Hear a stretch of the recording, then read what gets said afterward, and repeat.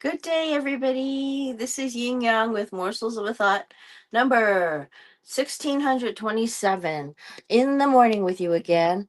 And I'm going to turn silent mode on this time so that we don't get interrupted like we did yesterday.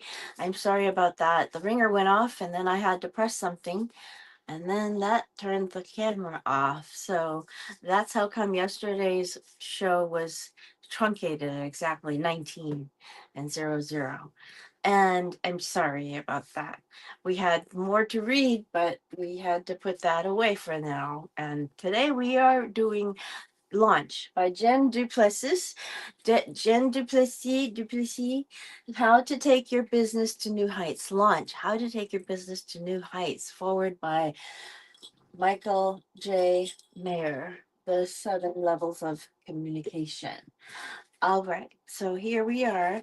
The last time we were here, we were on page 88, and what we have is an hour offense protects your time. We're in chapter 4, section 7, first and 10. Do it again. Anonymous says your chances of sales increase in proportion to the number of sales calls you make, just like we learned yesterday, as a matter of fact, in the other book, in the other subject. First and 10s at a glance: what they are, where who to call, what to say, why you're calling, when to ask for business, one more thing. So an hour protects your time. We've read that. One of the things Lady Jen says. Now, one of the things I've already mentioned is that I'm really an advocate of making sure that my time is kept precious. I'm very tight fisted about my time, and I work hard to protect it. As soon as I'm done with the calls, I do an audio debrief for those with whom I had a conversation. You may be more comfortable making notes and then adding these notes to your contact database. Just do them all one at a time and knock them out. Boom, boom, boom. The same types of items. What do I say? How do I start the conversation? Now we're here at while coaching and consulting. 2 questions always come up when I talk about first and tens. The first is, do I really have to make my daily phone calls first and 10? And the answer is yes, absolutely. The second question is, well, what do I talk about? How do I start the conversation? Repeat this mantra: the season is the reason. Anytime you pick up the phone, you can ask the client, the referral partner, the past client, hey, I'm just checking in. How was your season? What I really mean by this is, how was your weekend? How was your 4th of July? How was your summer? How was your holiday? So again, hi, I'm just checking in. How was your season? Let them answer and respond accordingly. The next comment or question you can ask can be content that is informative and provides value to them. Or it can simply be the following: well, listen, another reason for my call was just to let you know that I was thinking about you and to remind you that I have an extensive network of home services and financial services, so that if there's anything that you ever need, please don't hesitate to give me a call first, and I will make sure that my referral provides you with red carpet service. Then you can briefly go into a substantive conversation tailored to that person's situation, perhaps talking about trends in the market, or inviting them to an upcoming seminar, or talking about new products you may be offering. At that point, you can also remind them you always appreciate referrals. And don't forget to ask that one last question that helps you expand your network. Say, before we hang up, I'm always looking to meet a fill in the blank, realtor, hairdresser, CFP, etc., to better serve my clients. Who do you know who you would feel comfortable introducing me to? That's a magic way to expand your prospect and referral partner connections. Yeah, you could have a hairdresser. Who Everybody wants to know a good hairdresser. Everybody wants to know a good accountant. Everybody wants to know who else? Oh, yes, babe. All right. I woke up 20 minutes ago. It gets easier. The reason most loan officers don't make phone calls is because they don't want to seem salesy, or don't feel they have a strong relationship with the person they are contacting. You may have had a great relationship with a client or partner throughout the entire purchase and loan process. Everything was wonderful at closing, and you even received a great Zillow review. You had every intention of calling them, but you didn't. Now, over time, it's harder to make that phone call. The more you communicate, the easier it is to pick up the phone. It becomes more difficult when you start stretching out the time between phone calls. So I just want to encourage you, please make those phone calls every day. Pick up the phone more consistently, and it will become easier and easier to do. It may be that the first few times you try to do first and tens, you get cold feet or you overthink it, then you end up not making the calls. It's so critical that you keep those relationships going with past clients and referral partners. Here's an idea. Make your first call to someone you like and have no problem calling. This will build your confidence so the next call is easier to make. Jen's Jots. Block out a time every day to make calls you should make to past clients, referral partners, and service partners. Make 10 of these calls the first thing in the morning. These are your first and tens. These calls put you on the offense for finding business and generating leads, which is the most important thing you must be doing to grow your practice. Now, what we are doing is we're reading Launch by How to Take Your Business to New Heights by Lady Jen du Plessis, America's Mortgage Mentor, in Morsels of a Thought of Wisdom, number 1627. Hopefully, we give you some wisdom to start off your day. In order to make it a good day, you have to know the right things to do, and that's wisdom.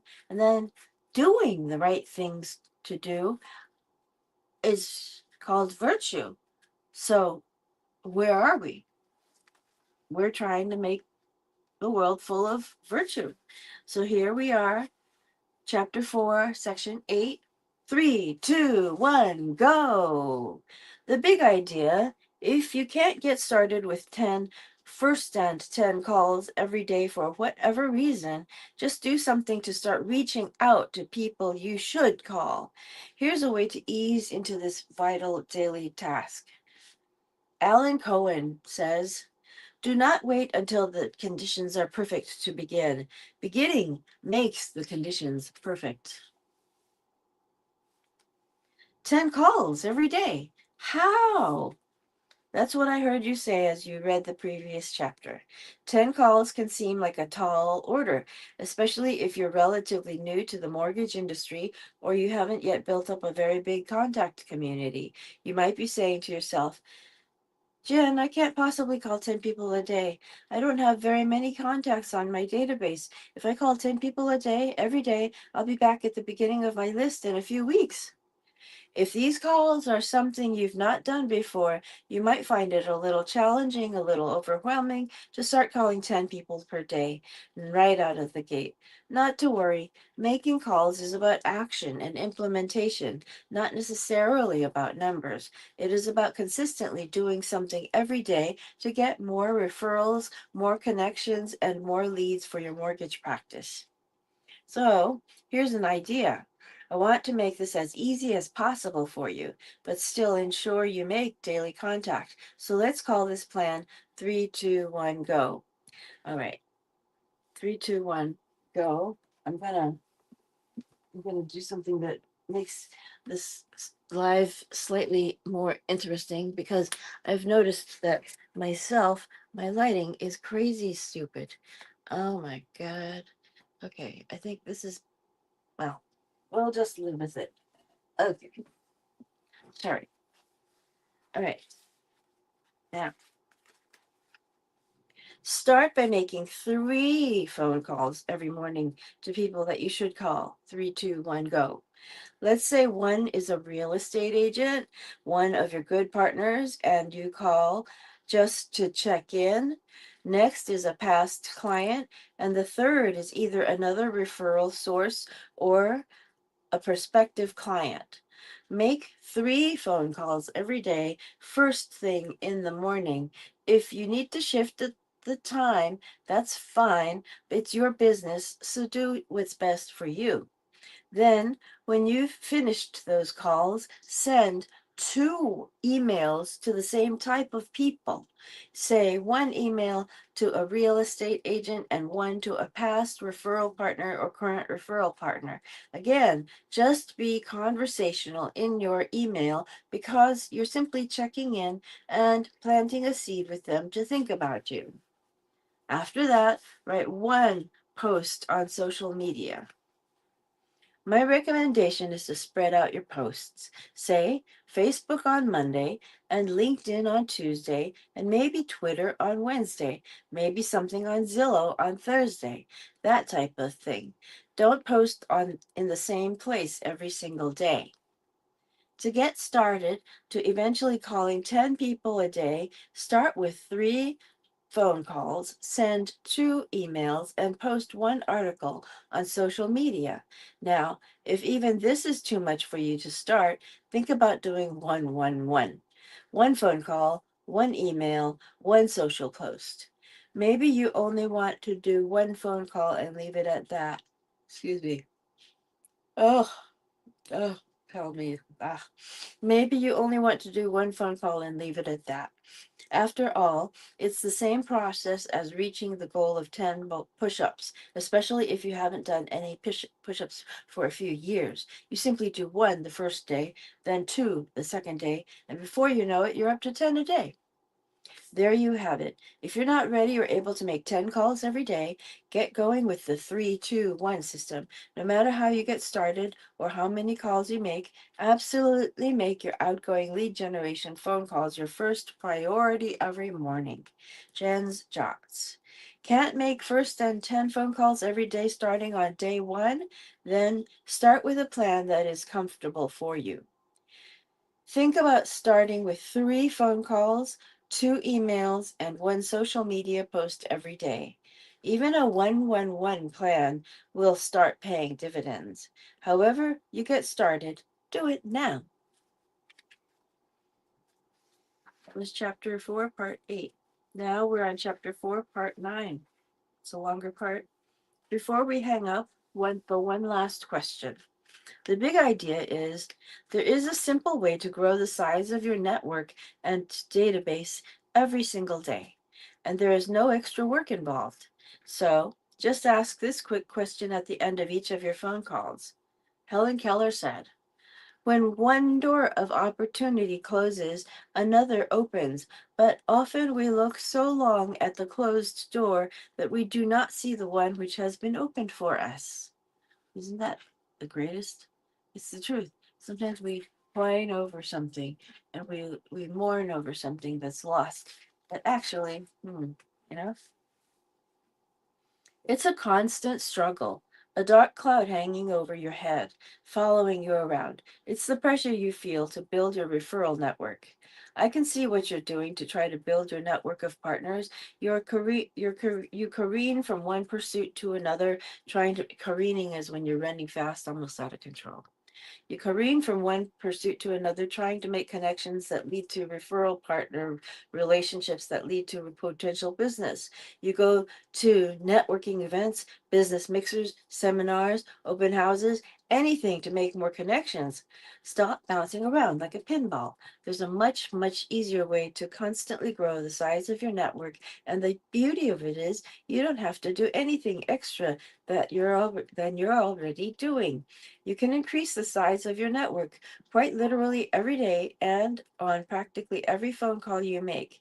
You just ask one quick question at the end of every call. That's all there is to it. And like magic, your network and your connections grow by leaps and bounds.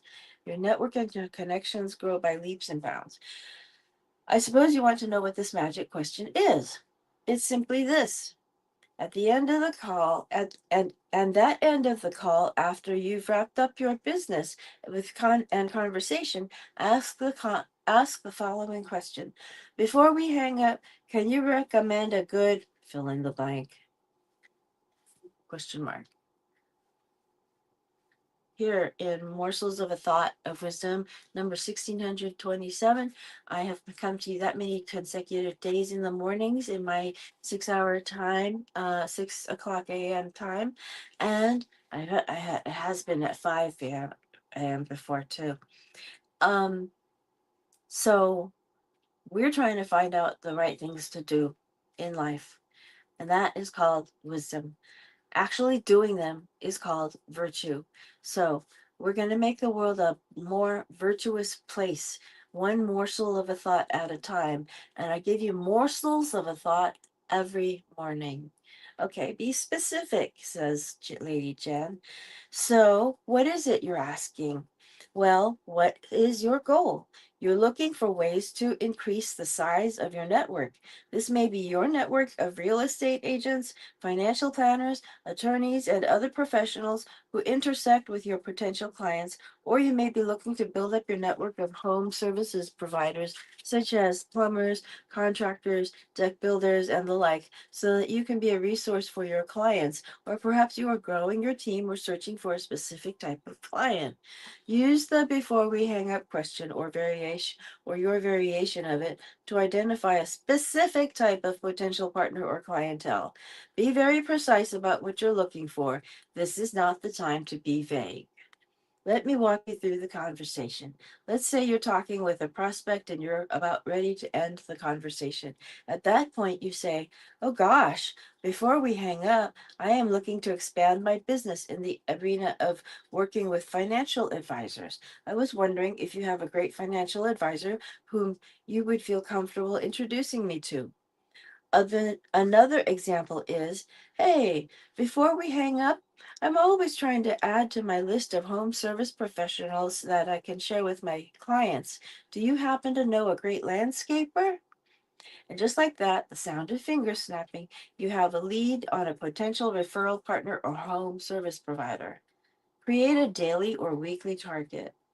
Let's get back to the part about being specific. Think through the areas where you really want more quality connections and then plan a weekly or even a daily target to identify that specific type of connection. If you're looking to connect with more real estate agents who serve a particular niche or clientele, be specific. If you're looking to connect with more financial planners, that's what you ask for that week. Commit to a target, write it down, and ask about just that target for a week. Then move on to another target the next week. Be focused and systematic about using this question. Your results will be amazing. Closing the loop. Of course, I did fib a little. It's a very simple technique, but it's not that simple of a process. Now, now that you have a name or a lead, you will need to reach out and introduce yourself to or ask the person you're talking with if they can facilitate an introduction, especially if the prospective client is a referral partner. Barring that, ask if you can use their name when you call the prospective partner. From there, go through the process you would go through with any new referral partner. After you connect, meet with them in a to one to explore if you have a common interest in working together. If so, fantastic. Add them to your referral partner database and put them into your regular cycle of partner meetings and daily phone calls. Then, the next time you have a phone conversation with this new partner, you can ask them, say, "Before we hang up, see how this just builds on itself over time?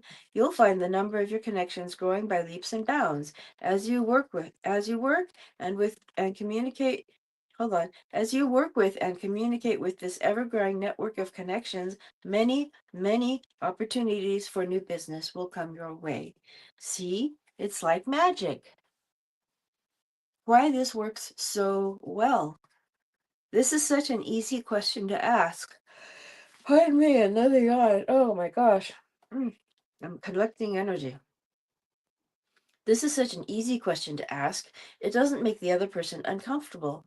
It doesn't put them on the spot. I know that sometimes as loan officers we're afraid to ask for the business, but in this case, we're simply asking for a connection. I'm a big advocate of not always asking for the fish. Think of this as asking to connect to someone who knows where there might be a good place to fish. You don't want to be in the situation where you feel forced at the end of every call. Hey, before we hang up, can you recommend someone you know that who might be buying or selling a home and who needs financing? Asking that all day long, day after day, will deflate you and fast. Now, there are circumstances where you want to ask that question directly, but if you're new to the business, you may feel you're being pushy. Believe me, it can be difficult who've been in the industry for many years to ask for business too. Eventually, you'll get to the point where you're asking for business when the circumstances are right. In the meantime, use this simple before we hang up question to expand your network and get connected to more referral partners. With more connections, you can increase your value proposition to referral partners and provide more value to your clients. Make it natural. Put some effort into making this question a natural sounding part of your conversation. Ask the question in your own words and style. Maybe you'd prefer to say something like, Say, there's just one more thing. Or, let me ask you a quick question before we end. Or, some variation. Make it your own and put it in your words. Script it if you have to. No, really, write it down and have it in front of you when you make phone calls, highlighted and until it becomes ingrained in your DNA. Highlighted. Before you start doing it, I added the word highlighted twice.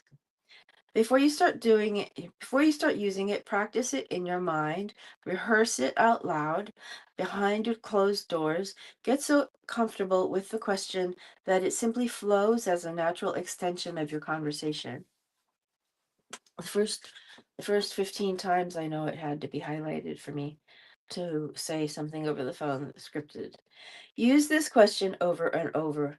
I promise your universe will expand constantly at an accelerated rate.